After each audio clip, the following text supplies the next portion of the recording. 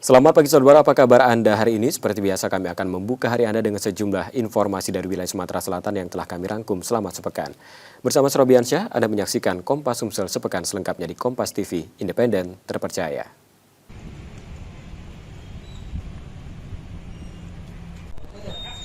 Kasus dugaan kekerasan dalam rumah tangga yang dialami MA memasuki babak baru.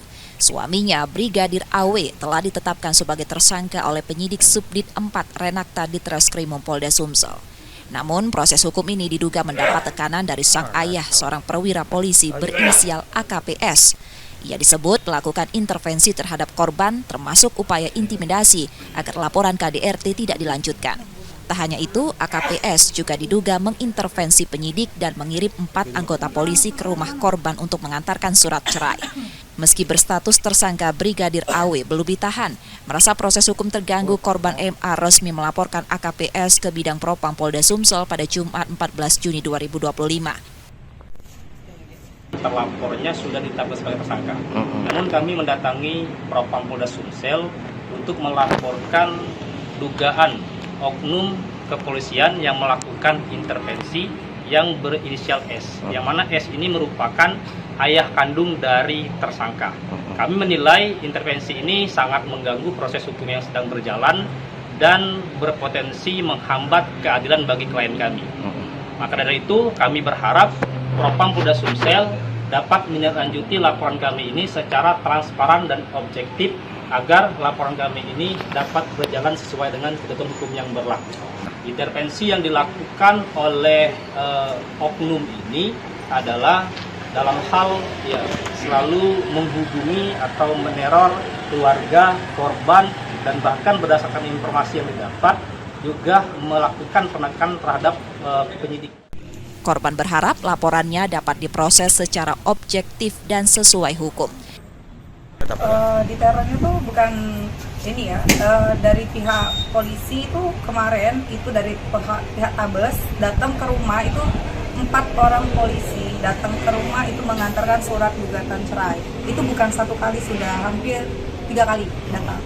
Nah, itu mengganggu dan juga itu disuruh dari pihak bapaknya kan, setidaknya itu surat tuh sudah ada kan, pengirim saja sudah harus datang ini juga kemarin bapaknya datang ke sekolahan anak untuk melihat anak dan menjatuhkan nama saya, menjahatkan saya ke ibu-ibu yang murid-murid di sekolah TK anak saya, itu mengganggu. Sementara itu, AKPS menyebut kehadirannya hanya mendampingi anaknya saat diperiksa dan mengklaim surat yang dikirim ke rumah korban adalah surat mediasi atas perintah atasan. Kalaupun dituduh kami intervensi penyidik, ya apalah seperti kami ini pangkat kecil, masa mau intervensi orang Polda. Jadi kami semuanya perkara ini kami serahkan sama pengacara. Saya hanya mendampingi anak kami. Teror dalam bentuk apa? Teror dalam bentuk apa itu? Itu katanya ada polisi datangi rumah korban, itu apa Pak sebenarnya Pak? Betul. Itu bukan tugas saya, itu dari Kabak SDM Polrestabes, karena di sini kan anak kami menuntut gugatan cerai pada istrinya. Karena istrinya pertama lari dari rumah tanpa izin suami sampai sekarang. Kemudian dia, mohon maaf, laporan polisi sudah di Krimum Polda, tepatnya unit Jatan Ras yang megang perkara itu, adanya perselingkuhan atau asusila sudah dipasarkan ya Pak pengacara ya, sudah kami di Polda. Jadi anak-anak kami mengajukan gugatan cerai kepada pimpinan kami khususnya di Poltabes. Nah, itu rangkaian yang anggota propos yang ada di rumah itu, rangkaian perintah-perintah dari pimpinan kami untuk mengantar surat panggilan maupun surat minta keterangan. Tapi ternyata yang bersangkutan tidak kooperatif, tidak pernah datang ke Polrestabes Palembang. Di sisi lain, kuasa hukum Brigadir AW menilai penetapan kliennya sebagai tersangka terlalu terburu-buru dan tidak didukung bukti cukup. Klien kami Arif Wianto sudah ditetapkan sebagai tersangka oleh Unit 2 PPA Polda Sumsel. Kami telah melakukan mengajukan gugatan pra peradilan dan terus melakukan banpol ke Polda dan ke Dumas Presisi ke Kapolri, Mabes Polri. Dan selanjutnya juga kami melakukan laporan ke Propam Polda Sumsel terkait tindakan dari unit PPA ini yang telah menetapkan tersangka kepada klien kami. Dan menurut kami, sepanjang kami mengikuti kasus ini, itu tidak cukup bukti untuk ditetapkan sebagai tersangka. Makanya kami akan melakukan langkah-langkah hukum sekuat tenaga, sehabis-habisan kemampuan kami semaksimalnya. Mereka juga mengajukan pra peradilan dan melaporkan penyidik ke Propam karena dianggap tidak profesional. Yudi Kiswanto, Kompas TV, Palembang, Sumatera Selatan. Yo, tunggu bentar.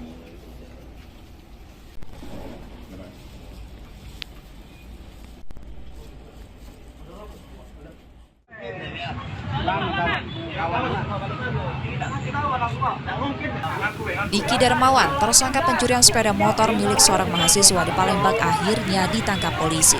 Aksi pencurian itu terjadi pada 11 Juni 2025 dengan modus berpura-pura minta diantar. Pelaku menghadang korban di kawasan Pemkot Gandus dan meminta tumpangan ke Tanjung Aur, Bukit Lama. Korban yang hendak berangkat kuliah merasa iba dan bersedia memberikan tumpangan. Dalam perjalanan, pelaku menawarkan diri untuk membawa sepeda motor dan korban pun mengizinkan. Saat korban diminta mampir ke warung untuk membeli minuman, pelaku memanfaatkan kesempatan itu untuk kabur bersama motornya. Korban yang mencoba menggagalkan aksi itu terseret hingga 40 meter dan mengalami luka. Teriakan korban sempat mengundang perhatian warga, namun pelaku berhasil melarikan diri.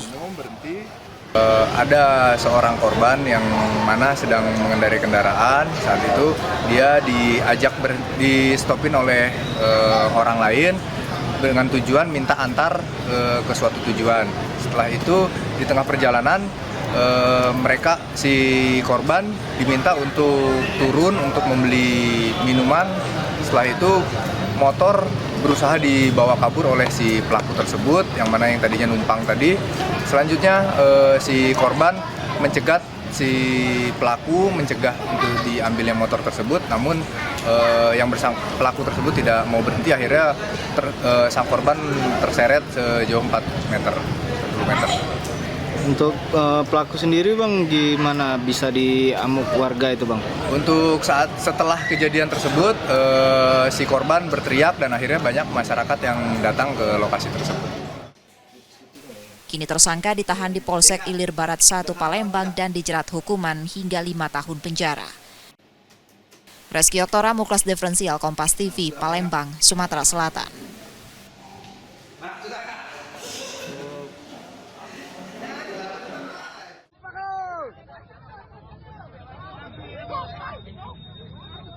Seorang pria di Palembang, Sumatera Selatan dihukum warga usai tertangkap mencuri sepeda motor di Jalan DI Panjaitan, Kecamatan Pelaju pada Kamis 12 Juni 2025. Aksi pelaku diketahui warga saat berusaha membawa kabur motor korban.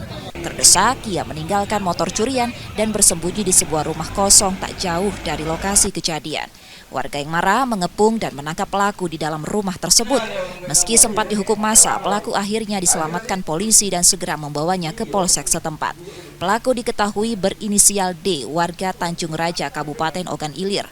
Ia merupakan residivis kasus serupa dan diduga sudah beberapa kali melakukan pencurian motor di wilayah Palembang. Untuk kronologinya, jadi tersangka ini ditangkap oleh massa pada saat melarikan diri membawa motor di daerah Pulau Layang TKP ditangkapnya. Ada berapa pelakunya Bang? Untuk pelaku 1 orang. Bang, selanjutnya Bang, untuk TSK ini Bang, sudah kita amankan Bang? TSK sudah diamankan oleh tim Reskrim Polsek, sekarang berada di Polsek. Untuk kronologinya, pada saat TSK ini mencuri motor, ternyata ketahuan oleh pemilik motor tersebut, lalu dikejar. TSK itu panik, lari membawa motor tersebut. Pada saat sampai di Pulau Layang, dia meninggalkan motor dan lari ke dalam rumah kosong. Di rumah kosong itu dikejar oleh massa dan langsung juga anggota yang mendapat informasi langsung datang ke tempat TKP itu dan langsung diamankan. Sempat terkena pukulan juga oleh massa sehingga langsung diamankan juga ke Polsek oleh anggota Polsek Pelaju. Bang, itu residivis apa itu Bang pelakunya? Untuk pelaku, info sementara dia memang sudah beberapa kali mencuri motor di daerah Palembang dan daerah Indralaya.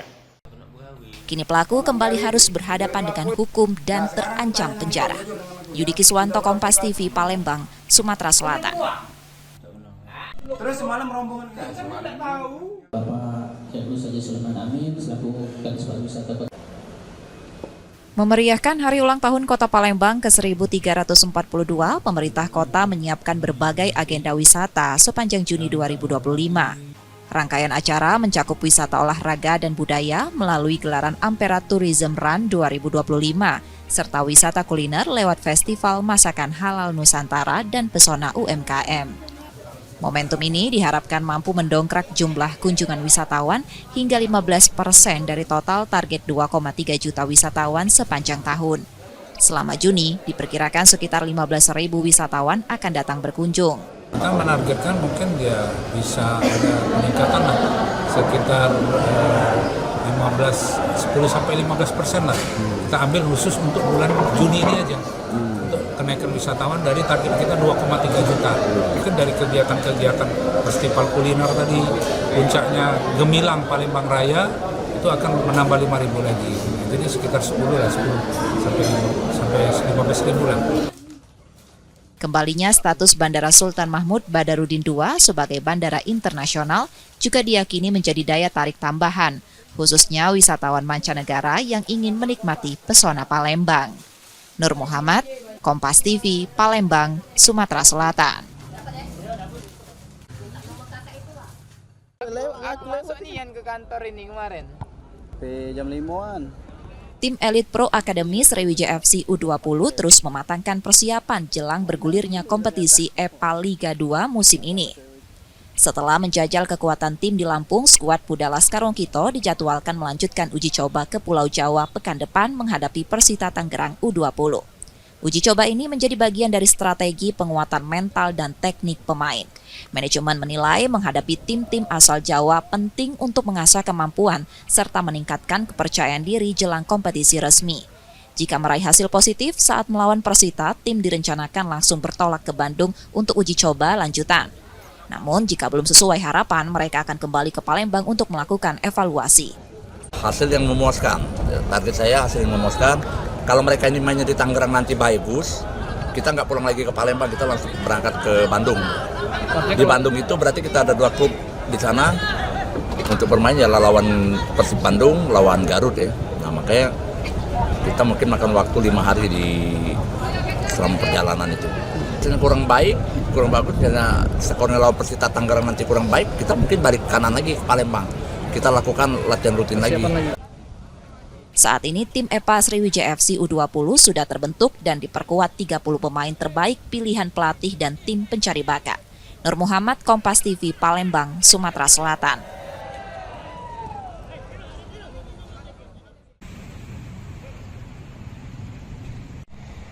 Enam lembar uang pecahan Rp10.000 milik seorang pemilik warung sembako di kawasan Sukawinatan, Kecamatan Sukarami, Palembang diduga palsu.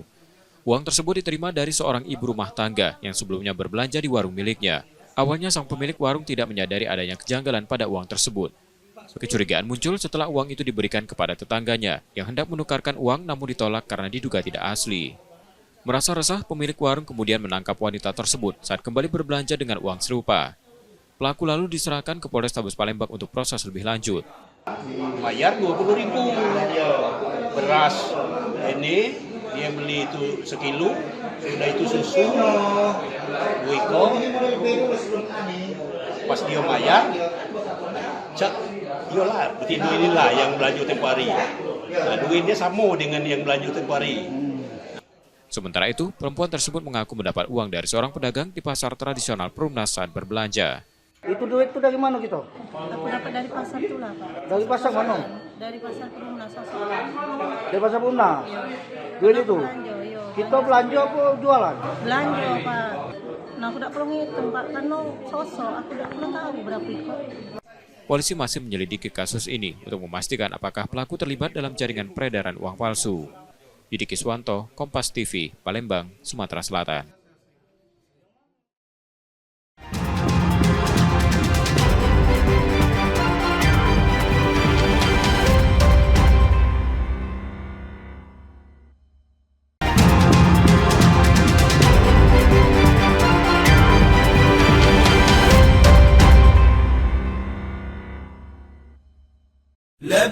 لبيك اللهم لبيك لبيك لا شريك لك لبيك إن الحمد والنعمة لك والملك لا شريك لك.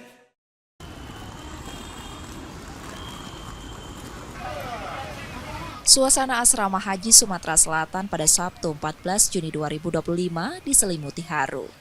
Rinai hujan pagi itu mengiringi jemaah haji kloter 2 debarkasi Palembang tiba di aula asrama haji.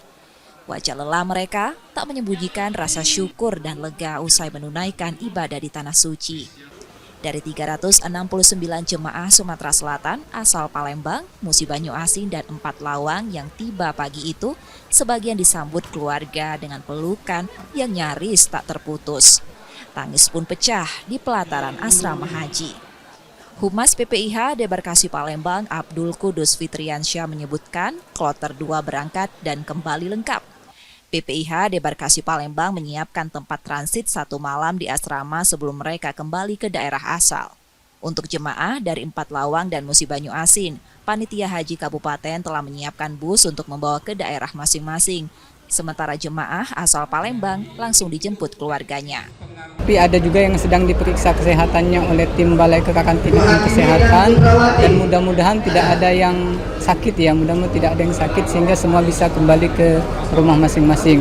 Asrama Haji Embarkasi Palembang sebenarnya menyiapkan fasilitas akomodasi kamar bagi jamaah yang ingin transit atau menginap, tetapi memang biasanya untuk jemaah haji daerah ini biasanya sudah langsung akan dibawa pulang ke daerahnya masing-masing. Di antara riuh haru dan tawa, 1 jemaah pria berusia 86 tahun harus dirujuk rumah sakit Siti Fatimah Palembang. Ia mengalami dehidrasi usai menempuh perjalanan panjang. Petugas medis yang siaga segera memberi penanganan sebelum membawanya ke rumah sakit menggunakan ambulans. Bagi para keluarga, kedatangan ini bukan sekedar penantian panjang yang terbayar, tetapi juga momen spiritual yang mendalam. Di antara pelukan dan doa, mereka menyambut para tamu Allah dengan cinta yang utuh, cinta yang telah diuji jarak, waktu, dan kerinduan. Rombongan jemaah Musi Banyu Asin dan 4 Lawang diberangkatkan menuju daerah asal dengan bus usai semua proses administrasi akhir di asrama haji. Di sanalah kisah-kisah selama di Tanah Suci akan mulai dibagikan dari lorong tenda Mina hingga sunyi malam di Raudah. Sebuah perjalanan rohani yang telah usai, namun kenangannya akan terus hidup bersama air mata bahagia yang membasahi pelukan pagi itu. Purwantoro, Kompas TV, Palembang, Sumatera Selatan. Sudah siap, jadi bis Belauno itu khusus kita peruntukkan yang jemaah ke arah.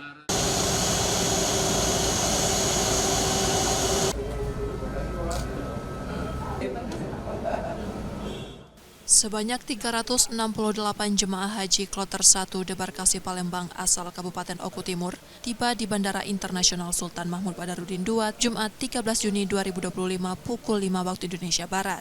Kepulangan mereka sempat mengalami keterlambatan dari jadwal semula pukul 2:45 waktu Indonesia Barat. Setibanya di Palembang, jemaah langsung menuju asrama haji Sumsel untuk menjalani pemeriksaan kesehatan, pengambilan air zam-zam, dan sejumlah kegiatan lainnya sebelum melanjutkan perjalanan ke kampung halaman menggunakan bus. Penundaan kedatangan terjadi akibat salah satu jemaah Muhammad Ali meninggal dunia saat transit pengisian bahan bakar di Oman. Hari ini jadwalnya setelah schedule di 02.45 dini hari tadi. Namun demikian dikarenakan harus technical landing karena ada jamaah haji yang meninggal dunia sehingga mengalami delay sampai dengan tadi jam kurang lebih jam 04.50 baru landing. Untuk di prosedur memang ketika ada yang meninggal di dalam pesawat melakukan technical landing untuk melakukan evakuasi terhadap yang meninggal dunia. Selanjutnya dilanjutkan penerbangan kembali sehingga yang harusnya tadi jam 02.45 schedule-nya tadi ada keterlambatan sampai dengan di 04 kurang lebih 04.50. Karena meninggal di dalam pesawat sehingga harus melakukan technical landing atau divert yaitu di Bandara Mostat berada di Oman. Nah sehingga melanjutkan penerbangan kembali yang mengakibatkan keterlambatan penerbangan hari ini. Jadi secara Bandara Internasional Internasional Palembang sebenarnya tidak ada isu, tapi kembali lagi terkait dengan prosedur penerbangan yang dilakukan oleh Saudi Airlines yang harus tetap kita patuhi. Sebelumnya, kloter ini berangkat dengan total 370 jemaah, namun satu jemaah lainnya, Sugito, wafat di Mekah pada 17 Mei 2025. Muhammad Reza Pahlevi, Kompas TV, Palembang, Sumatera Selatan.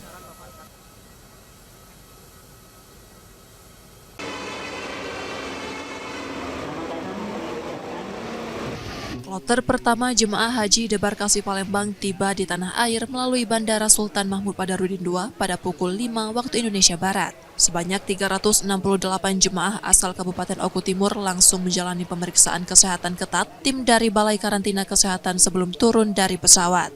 Pemeriksaan ini dilakukan untuk memastikan seluruh jemaah dalam kondisi sehat dan tidak membawa penyakit menular. Proses pemantauan dilanjutkan di Asrama Haji Sumatera Selatan. Jemaah yang mengalami gangguan kesehatan akan dikarantina sebelum dipulangkan ke daerah asal. Selain itu, panitia penyelenggara ibadah haji Sumsel juga menyiapkan ruang istirahat, terutama bagi jemaah lanjut usia yang kelelahan setelah menempuh perjalanan panjang. Dan tentu himbauan kita terutama kepada keluarga yang juga bahwa Bapak Ibu tidak membawa penyakit menular ke keluarga Bapak Ibu. Ya, khususnya keluarga Bapak Ibu dan masyarakat sekitar.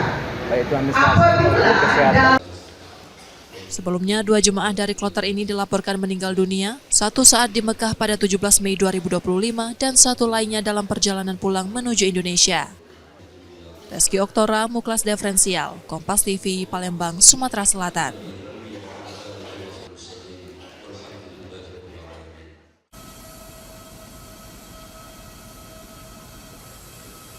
Kedatangan jemaah haji kloter pertama Debarkasi Palembang pada Jumat 13 Juni 2025 diwarnai kabar duka. Seorang jemaah haji Muhammad Ali wafat di dalam pesawat saat transit pengisian bahan bakar di Bandara Internasional Muscat, Oman. Almarhum yang termasuk jemaah lansia ini diketahui sudah dalam kondisi sakit saat menjalani rangkaian ibadah haji. Jenazahnya dijadwalkan tiba di Palembang 3 hari kemudian bersama kloter berikutnya. Sekarang almarhum sedang proses di Oman untuk pengembalian ke Palembang. Rencana 3 hari setelah hari ini akan diterbangkan melalui kloter berikutnya. Meninggalnya memang dari selama menjalankan ibadah haji, memang posisi beliau sudah sakit. Mungkin nanti bisa ditanyakan ke dokter terkait kondisi kesehatan beliau. Meski diselimuti duka, sebanyak 368 jemaah lainnya bersyukur bisa kembali ke tanah air dalam keadaan sehat. Alhamdulillah, kesannya bagus, baik. Semua berjalan lancar, jamaah rombongan kami sehat semua, termasuk Pak Haji Tukijo. Alhamdulillah semua sehat. Mudah-mudahan menjadi haji mabrur dan mabrurah. Amin. Ini dengan ibu kandung, dengan istri, dengan bapak. Oh, komplit. Orang Pak, alhamdulillah sehat Pak ya. Ada kendala Pak selama ibadah di Zanzibar? Semua lancar. Cuaca cukup, cuma paling panas 43 derajat. Oh, 43 derajat. Tapi nggak ganggu ibadah kan Pak? Tadi sempat terlambat Pak pesawatnya Pak Gili. Oh, ada yang meninggal tadi di Oman. Mereka tiba di Bandara Internasional Sultan Mahmud Badarudin II sekitar pukul 5 pagi dan langsung menuju Asrama Haji Sumsel untuk proses pemeriksaan sebelum dipulangkan ke Kabupaten Oku Timur. Sebelumnya kloter ini berjumlah 370 orang. Muhammad Reza Pahlevi, Kompas TV, Palembang, Sumatera Selatan. Labbaik Allahumma labbaik, labbaik la sharika laka labbaik, innal hamda wan ni'mata laka wal mulk la sharika lak.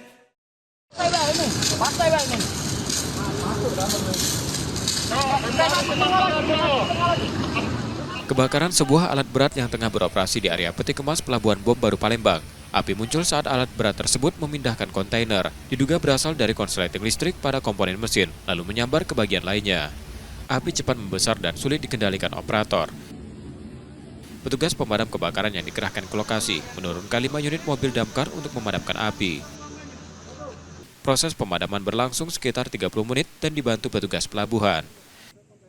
Awalnya kita mendapatkan informasi itu rumah, namun setelah kita dalami bahwa yang terbakar itu unit alat berat atau forklift yang ada di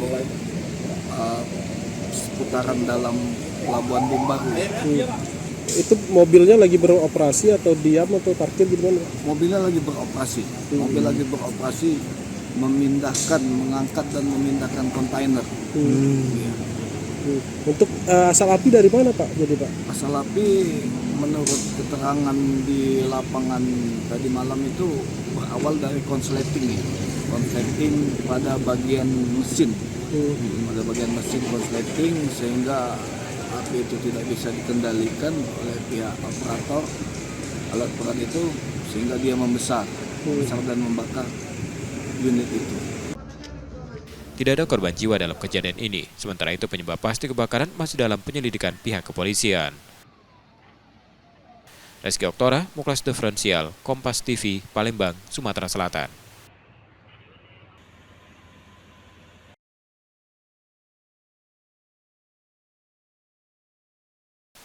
Rekaman CCTV memperlihatkan aksi perampokan di sebuah kios BBM eceran kawasan Gandus, Palembang pada Minggu 8 Juni 2025 dini hari.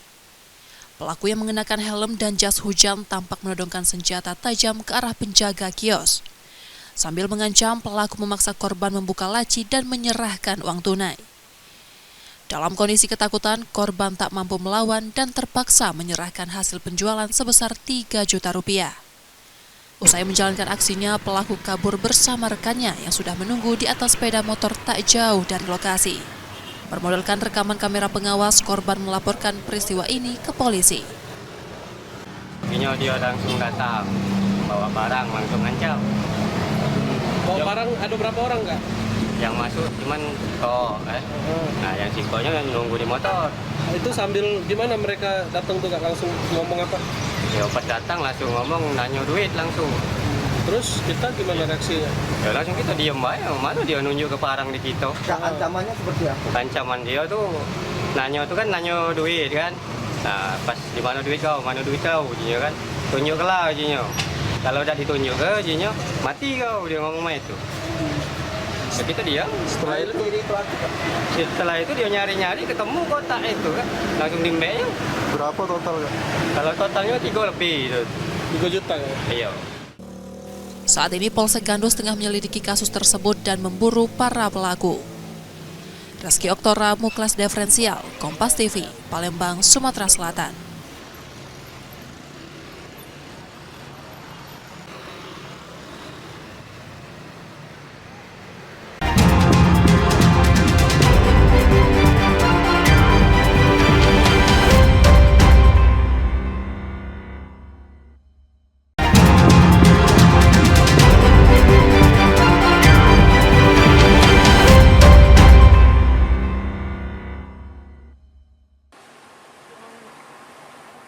Kopda B, terdakwa penembakan 3 anggota Polri dari Polsek Negara Batin, Lampung, menjalani sidang perdana di Pengadilan Militer 104 Palembang, Rabu 11 Juni 2025 pagi.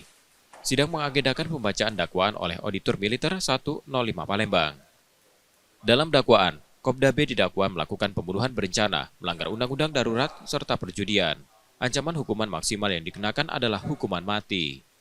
Berkas dakwaan juga mengungkap sejumlah fakta. Salah satunya pengakuan Kopda B bahwa arena judi Sabung Ayam sudah beroperasi sejak 2023. Untuk menjaga keamanan lokasi, ia disebut rutin memberikan uang senilai Rp200.000 hingga Rp500.000 pada oknum anggota TNI dan Polri yang datang ke tempat perjudian tersebut. Kopda B juga mengaku pernah menyampaikan rencana pembukaan arena Sabung Ayam pada Kapolsek Negara Batin. Terdakwa juga memberikan sejumlah uang kepada beberapa anggota TNI dan Polri yang datang ke tempat lokasi perjudian, karena dalam setiap tempat menyelenggarakan perjudian dapat dipastikan ada yang datang. Karena itu terdakwa memberikan masing-masing kepada setiap oknum tersebut uang sebesar Rp200.000 sampai Rp500.000 jika ramai pengunjung yang bermain judi, dan uang yang diberikan terdakwa sebut sebagai jatah uang bensin. Pada hari Minggu tanggal 16 Maret 2025, terdakwa dan satu datang ke kantor Polsek Negara Batin menemui Kapolsek Negara Batin atas nama Ibtu Rusianto S.A. Saat bertemu terdakwa dan satu memberitahukan Ibtu Rusianto S.A. dengan maksud minta izin untuk mengadakan perjudian Sabung Ayam dalam event besar atau menggunakan undangan. Pada hari Senin tanggal 17 Maret 2025 di lokasi yang biasa digunakan yaitu di Umbul Karangmanik Register 44 Kecamatan Negara Batin Kabupaten Waikanan. Namun saat itu Ibtu Lucianto Esa hanya berkata hati-hati dan jangan bikin keributan. Namun pihak keluarga almarhum melalui kuasa hukumnya membantah tudingan itu. Mereka menyatakan tidak pernah ada pertemuan antara Kopda B dan Kapolsek selama insiden penembakan terjadi.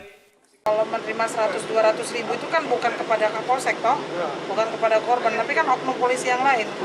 Itu kan kita tidak mau mengaitkan ke arah situlah. Itu kalau misalkan tadi bilangnya Kapolsek mengizinkan dan hati-hati harus kita buktikan gitu, dan kita bisa buktikan bahwa hari itu Pak Kapolsek tidak ada di tempatmu. Gitu. Nanti kami akan upayakan untuk meminta tambahan saksi yang membuktikan bahwa Pak Kapolsek saat itu tidak ada di tempat. Masa iya sih izin judi sabung ayam 100 ribu, perputarannya ratusan juta lah. Nggak mungkin banget lah itu, jauh lah itu. Sementara itu terdakwa lain Peltu-L turut diadili dalam kasus yang sama. Ia didakwa pasal perjudian dengan ancaman hukuman penjara hingga 10 tahun. Sidang akan dilanjutkan pada Senin 16 Juni 2025 dengan agenda mendengarkan keterangan saksi. Yudi Kiswanto, Kompas TV, Palembang, Sumatera Selatan.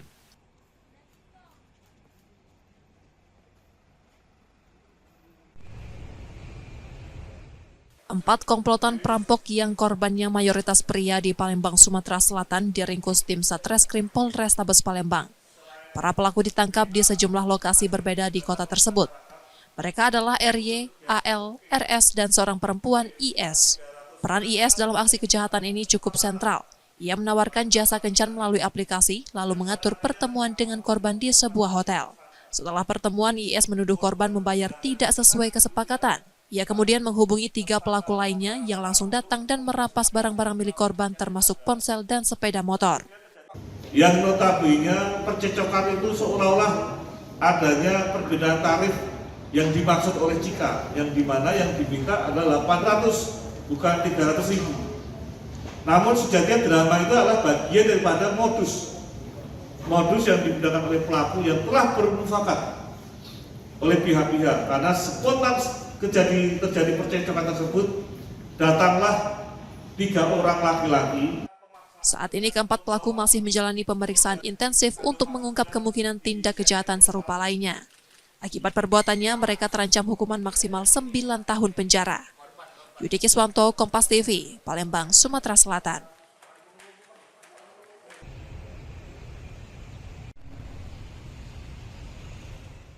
Setelah sepeda motornya dicuri, Ronaldo, seorang mahasiswa di Palembang, Sumatera Selatan, melapor ke Polrestabes Palembang. Peristiwa itu terjadi di sebuah kos di Jalan Panca Usaha, Kelurahan 5 Ulu, Kecamatan Seberang Ulu 1, saat Ronaldo tengah mengerjakan tugas kuliah. Ia mendengar suara motor dinyalakan. Awalnya, rekan Ronaldo mengira itu milik penghuni kos lainnya. Namun setelah dicek, motor yang menyala tersebut ternyata milik Ronaldo. Pelaku sempat dikejar warga dan terjatuh namun tetap berhasil kabur.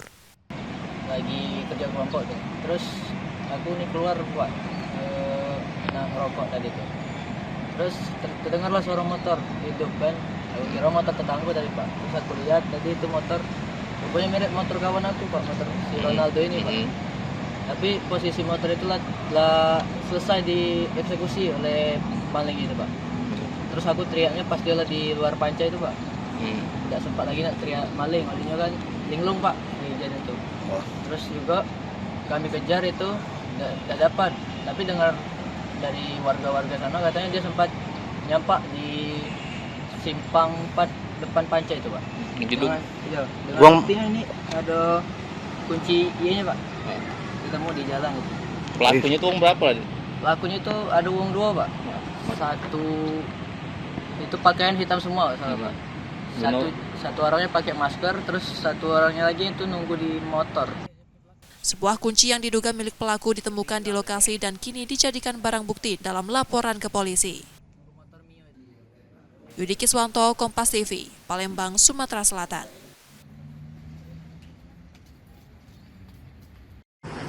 Kapan kejadiannya, Rek? Sebuah mobil SUV menghantam median jalan Perintis Kemerdekaan Kecamatan Ilir Timur 2 Palembang. Kerasnya benturan membuat kendaraan tersebut terbalik. Mobil dikemudikan Yudi Almidodo yang mengalami luka serius, bersama istrinya Sari yang menderita luka ringan. Mereka diketahui melaju dari arah Simpang Pasar Kuto menuju Simpang Pomal sebelum kendaraan oleng dan menabrak median jalan. Simpang Pomal karena hilang keseimbangan mengantuk menabrak pohon dan trotoar. Ini laka tunggal atau seperti apa? Laka tunggal. Untuk korban kondisi seperti apa? Kondisi korban sadar, hanya luka di bagian kepala. Diduga sopir mengantuk hingga kehilangan kendali. Akibat insiden ini, mobil rusak berat dan median jalan yang ditabrak mengalami kerusakan parah. Reski Oktora, Moklas Diferensial, Kompas TV, Palembang, Sumatera Selatan.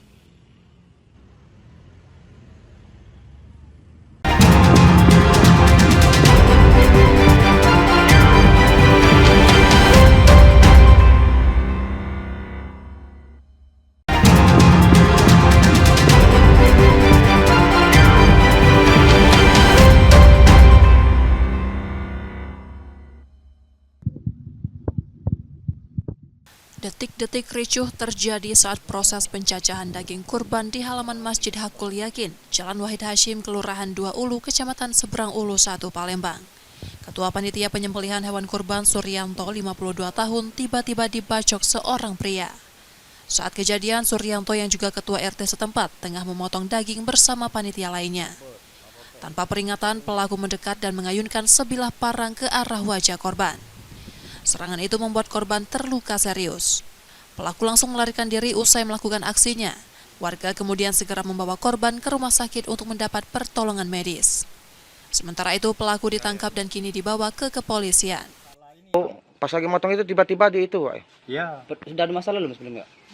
Nah, kalau masalah enggak kasih, Pak. Cuma kami kurang tahu juga, Pak. Pada saat itu, Pak. Istilahnya selintas baik itu kan? Masalah itu kan? Hingga kini motif pembacokan masih didalami. Polisi masih melakukan pemeriksaan pelaku. Yudi Kiswanto, Kompas TV, Palembang, Sumatera Selatan.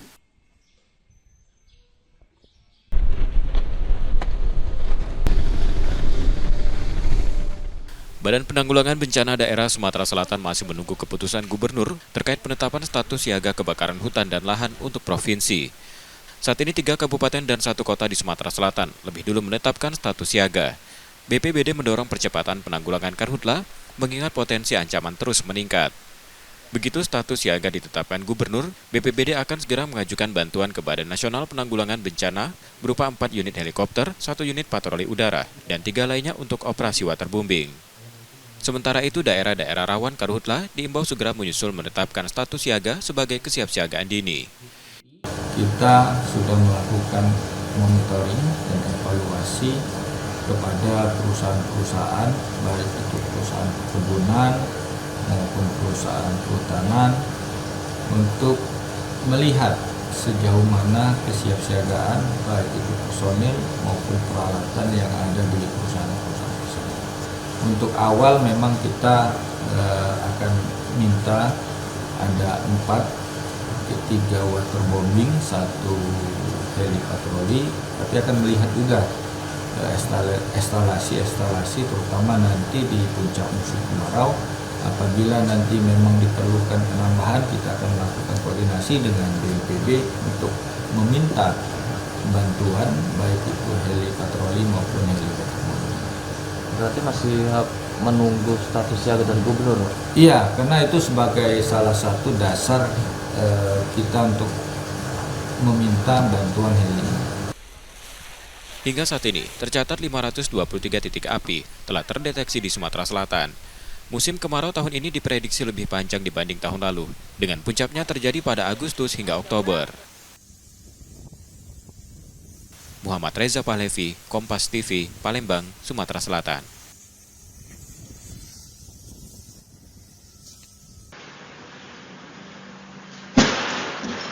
Rekaman kamera pengawas sebuah rumah makan merekam ketika sebuah minibus merah menabrak 2 gerobak makan di Jalan Sukabangun 2, Kecamatan Sukarami, Palembang, Selasa 10 Juni 2025 pagi. Minibus yang dikemudikan sopir taksi online itu diduga hilang kendali akibat mengantuk setelah kelelahan menerima banyak pesanan penumpang.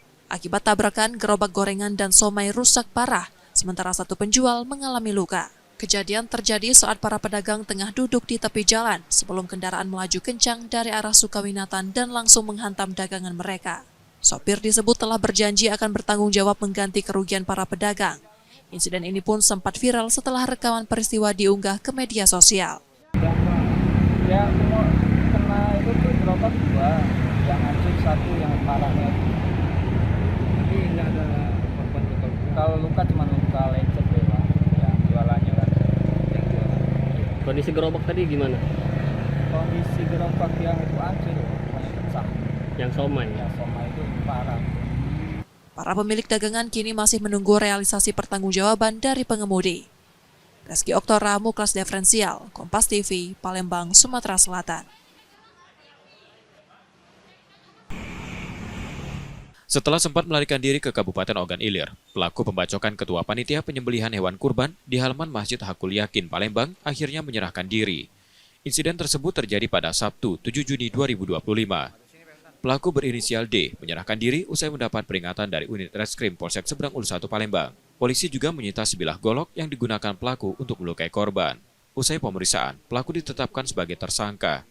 Berdasarkan keterangan kepolisian, motif penganiayaan berawal dari ketersinggungan tersangka tidak dilibatkan dalam kepanitiaan kurban. Si pelaku tidak diajak dalam kepanitiaan pemotongan sapi kurban.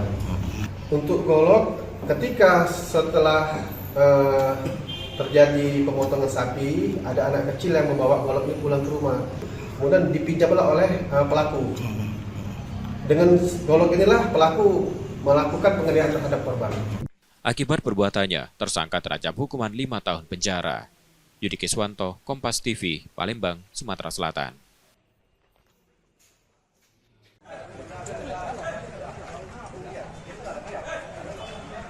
Rekaman video di media sosial memperlihatkan aksi perkelahian antara dua pegawai pemerintah dengan perjanjian kerja yang bertugas di Dinas Pekerjaan Umum dan Penataan Ruang Kota Palembang.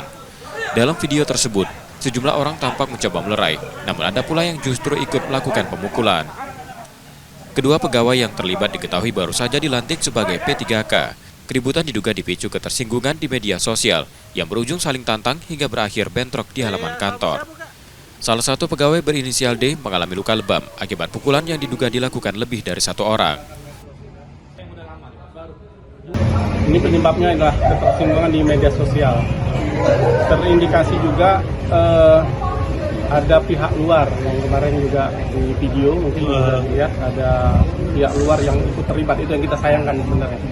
Kenapa ada sampai pihak luar masuk ke kantor ikut dalam keributan itu. Nanti kita lagi inventaris siapa mereka ini, siapa, apakah pegawai PU atau pegawai PHL atau memang orang luar yang diajak ke dalam. Pak, untuk dua pegawai yang berkelahi ini Pak, itu ASN, honor atau statusnya Pak? P3K.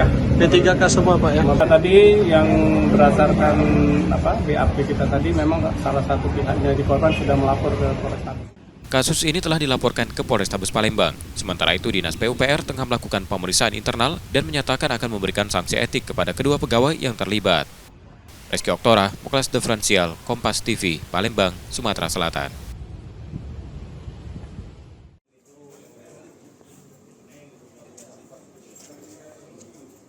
Empat pengedar narkoba diringkus Direktorat Reserse Narkoba Polda Sumsel di Kecamatan Rantau Alai, Kabupaten Ogan Ilir. Penangkapan berawal dari laporan masyarakat terkait peredaran narkoba di wilayah tersebut. Petugas kemudian melakukan penyamaran dan menghubungi salah satu pelaku untuk transaksi seberat 1 kg. Tak lama pelaku datang bersama 3 rekannya menggunakan sepeda motor dan sebuah minibus.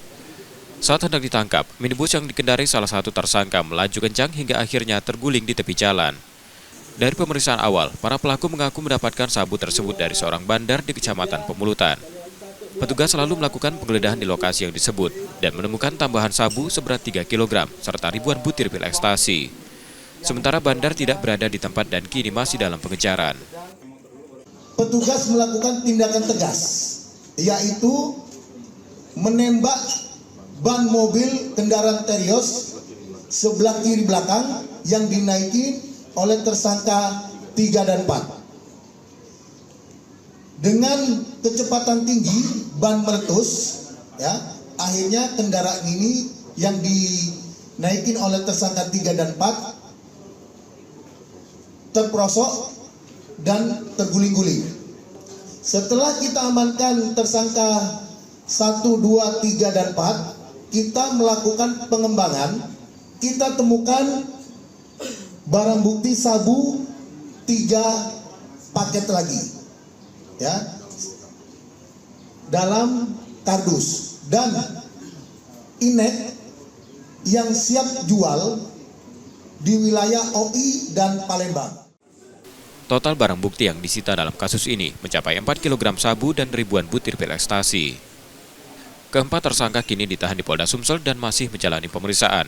Mereka terancam hukuman hingga pidana mati. Rezky Oktora, Muklas Diferensial, Kompas TV, Palembang, Sumatera Selatan. Direktur anggota kita latihan menembak di lapangan tembak.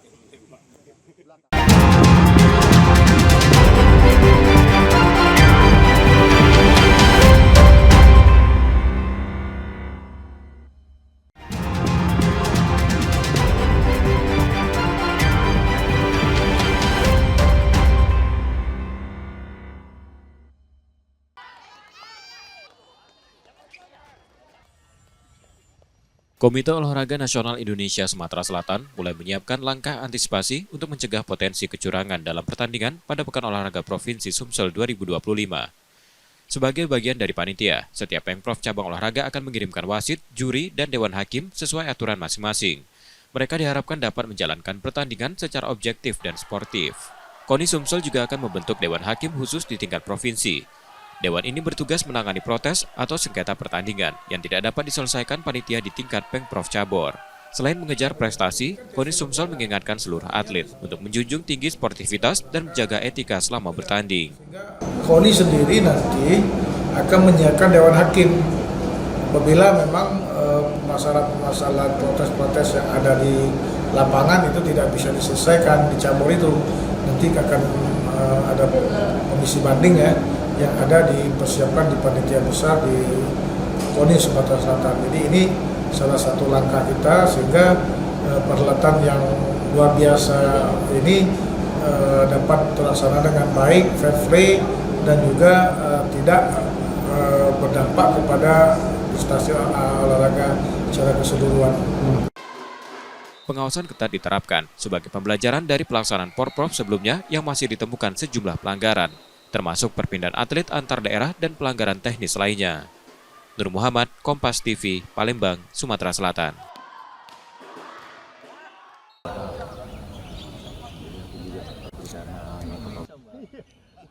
Sebagai bagian dari persiapan menyambut Liga 2 musim 2025-2026, Sriwijaya FC akan memulai latihan perdana pada awal Juli.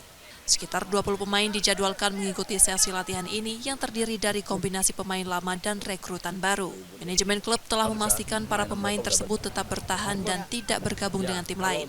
Kayaknya sudah arah ke situ, ya mungkin kita sama-sama berdoa mungkin di awal Juli atau di akhir Juli ini sudah ada beberapa pemain nasi kontrak. Langkah memulai latihan lebih awal diambil untuk mematangkan persiapan tim demi tampil maksimal di musim kompetisi mendatang. Nur Muhammad, Kompas TV, Palembang, Sumatera Selatan.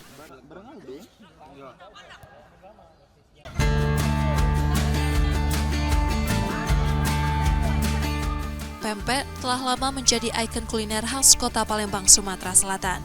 Di antara beragam jenis pempek yang ditawarkan, pempek tumpah mencuri perhatian karena keunikannya, baik dari segi rasa, penyajian maupun harga yang terjangkau. Kuliner ini bisa ditemukan dengan mudah di kawasan Pasar 16 Ilir, tepatnya di bawah Jembatan Ampera. Di lokasi ini lebih dari 40 pedagang menjajakan pempek tumpah setiap hari. Disebut pempek rakyat karena hanya dibanderol Rp1.000 per potong, jajanan ini justru punya daya tarik tersendiri yang membuat pembelinya terus berdatangan. Meski sederhana, peminatnya tak main-main. Dalam sehari, penjual bisa menghabiskan hingga 1.500 potong pempek saat hari biasa dan melonjak hingga 4.000 potong pempek saat akhir pekan. Tak hanya dari Palembang, pembeli juga datang dari luar kota untuk mencicipi rasa khas pempek ini. Hampir 5 tahun lebih sudah.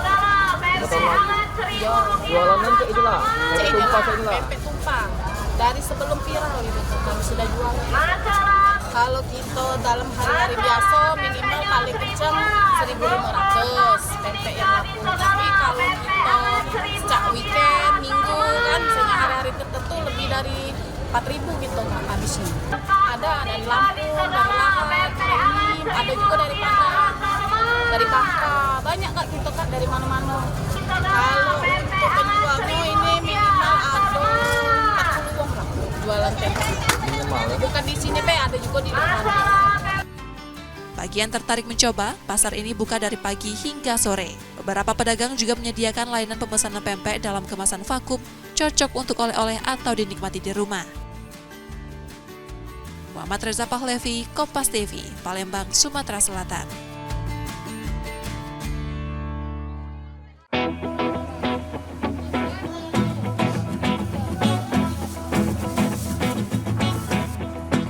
Pempek menjadi ikon kuliner khas Palembang yang tak lekang waktu. Dari pasar tradisional hingga restoran ternama, sajian berbahan dasar ikan ini hadir dalam berbagai rupa dan cita rasa. Salah satu yang sempat viral adalah pempek tumpah versi kekinian, dengan penyajian unik yang ramai ditemukan di kawasan Pasar 16 Ilir. Tak banyak yang tahu sebagian besar pempek tumpah yang beredar di pasar tersebut berasal dari kampung kreatif Pempek Tanggorajo 7 Ulu. Sentra produksi yang berdiri sejak 2020 ini perlahan menghidupkan kembali kawasan Kampung Kapitan yang bersejarah. Salah satu penggeraknya adalah Aminah, produsen pempek yang telah memulai usahanya sejak 2003. Awalnya, ia menyuplai ribuan pempek setiap hari ke Pasar 16 Ilir. Namun sejak kawasan Tanggorajo resmi berdiri sebagai kampung kreatif, permintaan kian melonjak. Ia kini memproduksi hingga 30.000 pempek per hari, menghabiskan 300 sampai 400 kg ikan kakap dan gabus, serta mempekerjakan sekitar 30 orang yang bekerja sejak pagi hingga malam. Kita sudah berapa lama nih Bu berkecimpung di pempek ini Bu? Dari 2003. Kampung Pempek ini semenjak di tahun 2020 gitu kan juara 1 di kampung kreatif. Jadi dinamailah Pempek Tanggorajo Cindo. Jadi kampung Pempek Tanggorajo Cindo. Kalau ikan sih aku kadang 200 kilo, kadang 400 kilo. Sehari. Pesanan gitu. Kalau untuk ikan sendiri apa nih Bu? Apa? Kalau untuk ikan sendiri apa nih? Ikan kakap. Kalau dalam satu hari itu bisa laku berapa Bu? Perkiraan Bu, rata-rata? Kalau rata-rata sih 20.000 pieces, 20 ke atas. Kita, aku sih kalau jual di sini juga online gitu yang buat. Sampai pengiriman luar kota gitu banyak. Kalau di sini melayani luar kota juga Bu? Kemana aja tuh? Luar kota itu sudah hampir seluruh sih. Cuman yang lancar tuh di Jabodetabek. Meski dijual dengan harga terjangkau, pempek buatan kampung ini tetap mengedepankan kualitas. Banyak pembeli dari luar kota datang langsung untuk menjadikannya hidangan penyambut tamu istimewa. Untuk biasa sih memang kalau misalkan ini kan aku beli ini karena ada tamu dari luar Palembang. Jadi memang ini untuk makan di rumah karena ada saudara dari luar Palembang. Kalau untuk harga sendiri gimana Mas? Untuk harganya di sini memang 1000-an dan juga gede-gede, makanya kenapa aku pilih di sini daripada di tempat yang lain, dan juga di sini juga bersih dan higienis kayak gitu. Dan untuk rasa bagaimana Mas? Untuk rasanya tuh nggak kalah ya kayak di pempek-pempek yang lainnya yang bahkan yang lebih mahal. Bahkan ini tuh menurut saya lebih enak daripada di tempat pempek yang lebih mahal itu. Makanya lebih baik saya di sini dapat yang harga lebih murah tapi dapat juga enaknya. Kini Kampung Kreatif Tanggorajo menaungi 11 produsen pempek yang aktif berproduksi. Keberadaannya tak hanya memanjakan lidah para pecinta pempek, tapi juga menjadi denyut baru ekonomi rakyat di tepian Sungai Musi. Muhammad Reza Pahlevi, Kompas TV, Palembang, Sumatera Selatan.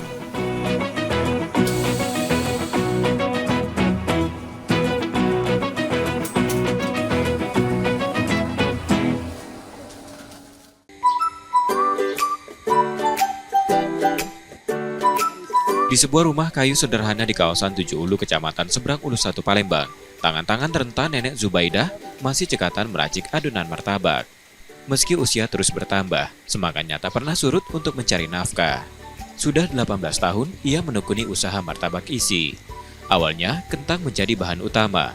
Namun, sejak harga bahan pokok melonjak 2 tahun terakhir, ia beralih ke ubi sebagai isian.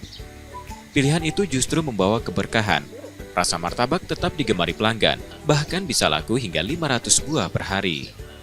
Dengan alat masak seadanya, ia mencampur tepung terigu, minyak, garam, dan air hingga menjadi adonan. Ubi rebus yang telah dibumbui dan dipotong kecil dimasukkan sebagai isi. Setelah itu, martabak digoreng hingga matang dan siap dikemas. Setiap harinya, Nenek Zubaidah mampu meraup pendapatan antara 400 hingga 500 ribu rupiah. Sebagian disisihkan untuk modal, sisanya digunakan untuk kebutuhan harian. Martabak ubinya dijual seharga Rp800 per buah. Murah, namun cukup untuk terus menyalakan bara hidup. Walaupun ubi ini alhamdulillah, ya bersyukur kan masih banyak peminat walaupun ubi. Cuma itu kita rasa jangan dikurangi kan. Mana kita makan lemak, kita lewong itu. Kira-kira untuk jualan martabak ini sudah berapa lama, Nek? Lah sudah sekitar dengan kentang 18 tahun. 18 tahun. Iya. Ini untuk uangnya untuk apa nih, Mbak? Untuk menopang perekonomian? Iya, untuk nak makan, cung untuk sewa rumah, macam-macam lah, cung untuk sakit nak berobat. Iya. Bagi Nenek Zubaidah, usia bukan batas untuk tetap produktif. Lewat martabak ubi, ia menggenggam harapan dan menghidupi keluarga. Satu gorengan kecil yang syarat makna. Reski Oktora, Mukles Differential, Kompas TV, Palembang, Sumatera Selatan. Saudara, informasi tadi menjadi akhir dari Kompas Sumsel sepekan hari ini. Tetap saksikan konten lokal Kompas TV setiap hari mulai pukul 4.30 hingga 7 pagi. Dan kembali kami ingatkan bagi Anda yang ingin berbagi informasi, kritik ataupun saran, dapat mengakses media sosial kami di @kompastv_palembang. Akhirnya, saya Robiansa pamit. Terima kasih dan tetaplah menyaksikan Kompas TV, independen, terpercaya. Sampai jumpa.